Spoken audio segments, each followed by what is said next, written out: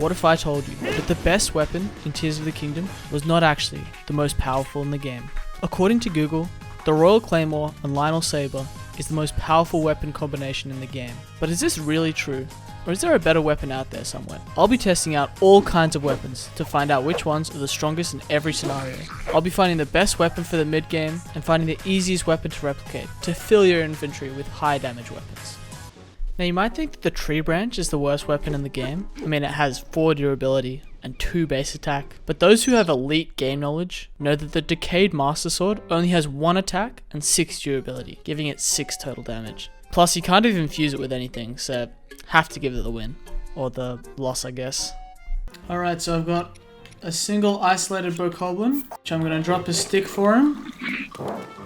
Hopefully he picks this up. Okay, there we go. So now we're going to test out how much he hits me for. Okay, it's not too bad. Okay, I feel like their weapons have no durability. I wonder if I can even, like, kill him without any other weapons. Like, is this stick gonna even have the durability? Guess we'll find out. Nope. So I guess if you plan to use a stick, just have that ability.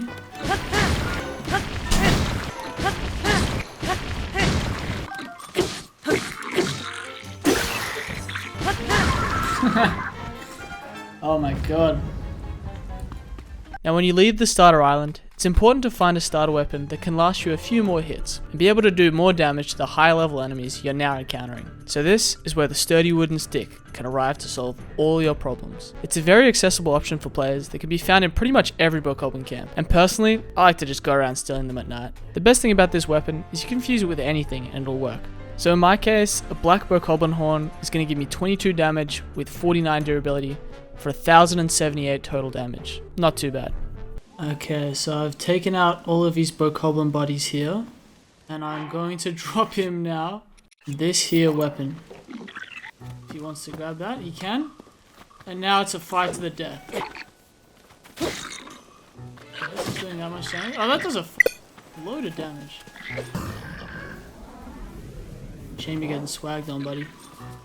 I want him to hit me one more time. See how much damage. That does so much damage, actually. So I think Bokoblins actually have like damage multipliers.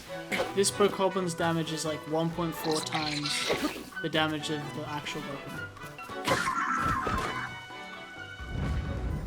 But I mean, that's still like a pretty decent weapon. Now if you'd like to get a little bit more creative in how you play, I'd recommend getting the 8-fold blade weapon. With this weapon in hand, you can get a sneak attack bonus that can reach 16 times what the original damage is shown. Finding them isn't that easy, but once you have one, I'd recommend just going around and sneak attacking everything you see. I can't lie, it's so satisfying. But when you get past the need for wooden sticks as weapons, you start entering the depths, you find better and better weapons. So what I think is the best mid-game weapon is the intact Soldier's Broadsword. And then from there you can fuse it with whatever you've got on hand. So in my case, a Bokoblin horn or a Lae'zel horn works perfectly. And the other thing about being in the depths is I just recommend picking up anything higher than a Soldier's Broadsword and using that. Because realistically, any kind of intact weapon is going to give you great durability and damage. But the Soldier's Broadsword does a fair bit of damage as a base weapon. So my recommendation is just to find any kind of intact weapon. There you go, buddy. Okay, let's see how much damage he does. Oh my god.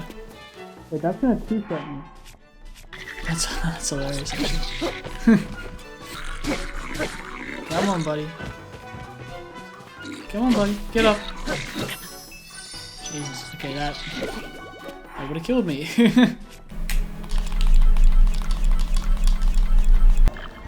Yeah, that's how we do it, baby. Oh my god, it melts. It melts him. Just gonna do some tricks on him, maybe. Okay, wait, no. Hold on. Those kind of tricks, not the other kind. Not what you were thinking. Some cool shots of slow-mo. Okay, it's enough games. Enough games. See ya, bro. For a mid-game weapon, like, that's pretty easy to get, first of all. Like, the Soldier's Broadsword's, like, way easy to get. And then, like, you just pair it with whatever good thing you have. Another interesting weapon you could try is the Gloom Sword, which becomes pretty decent when you add a fuse to it. The only slight problem with this weapon is it of course drains your health as you use it. But personally, I don't really care about that too much. I just love the high damage single-handed weapons that I can just swing around like a madman. So if you don't mind the debuff, I'd recommend giving the Gloom Sword a shot. Alright, there you go, buddy. Let's have a fight. Come on, buddy. You don't have to be like this. Alright, how much do you hit me for, bro? Oh, well, that doesn't do that much more damage than the previous. And yeah, I was thinking, like, I guess, like, it's even better for Bokoblins, right? Because they don't have, like, the health debuff. Oh, that's disgusting. That's disgusting. I did not think it'd be a one-tap. Now this is officially the most powerful weapon you can get in the game. 208 is the absolute max base damage you can get on a weapon, using a pristine Royal Claymore with some added bonuses, all fused with a Lynel Saberhorn, giving you the magic number of 208. Now this is the highest base damage you can get on a weapon, meaning that this is actually the best Lynel back scratcher in the game. But other than that, I wouldn't really recommend it. It's a pretty hard weapon to attain, having to jump through a number of hoops to get the max damage. And once you get there, it only really has 22 durability, meaning the total damage is only 2,178 total damage.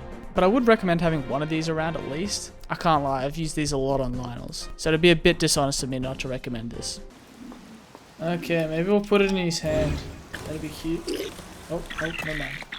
There you go, bro. That's not very kind. Alright, how much health do you think this is gonna do? It's gonna take that much health. Oh my god, holy moly. I probably shouldn't have been that surprised, but still. Okay, now he's like kind of dangerous actually. That looks like a warrior. Like, look at the way he's holding it, bro. He's like holding like a samurai. Okay, there we go. Oh, come back.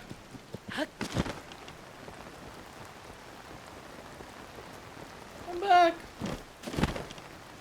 So what's the real best weapon in the game?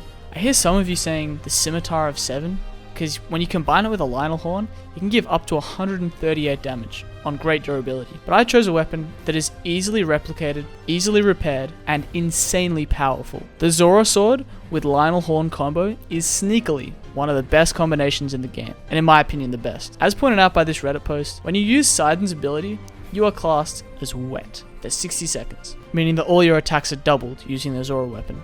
So if you take the 12 base damage with the 55 Lynel damage, add plus 10 from an Octorok upgrade, add the Barbarian armor buffs, and times it by 2 for water damage, you get 12,012 damage over the weapon's lifespan, not including crits. And look, I know that number is not as big as the other number, but the Zora Sword is infinitely replicable. That means I can just have 10 of them on hand at any time.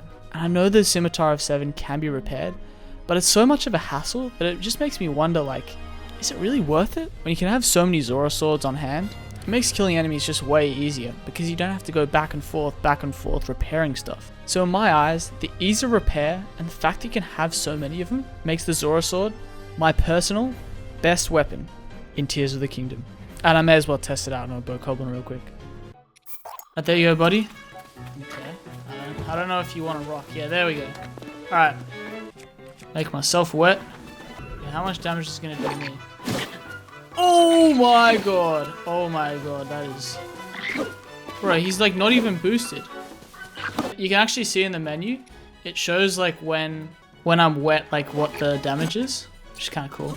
So if I put the splash damage there, you can see it's 134. And oh my god, does it melt. Fighting in the water is actually the strat though. Whoop. Bro, this weapon is disgusting, man. It's a one-handed weapon that you can just grab like so many of them. Oh my god, I might have to use this weapon to take down the Lynels too. It's that good.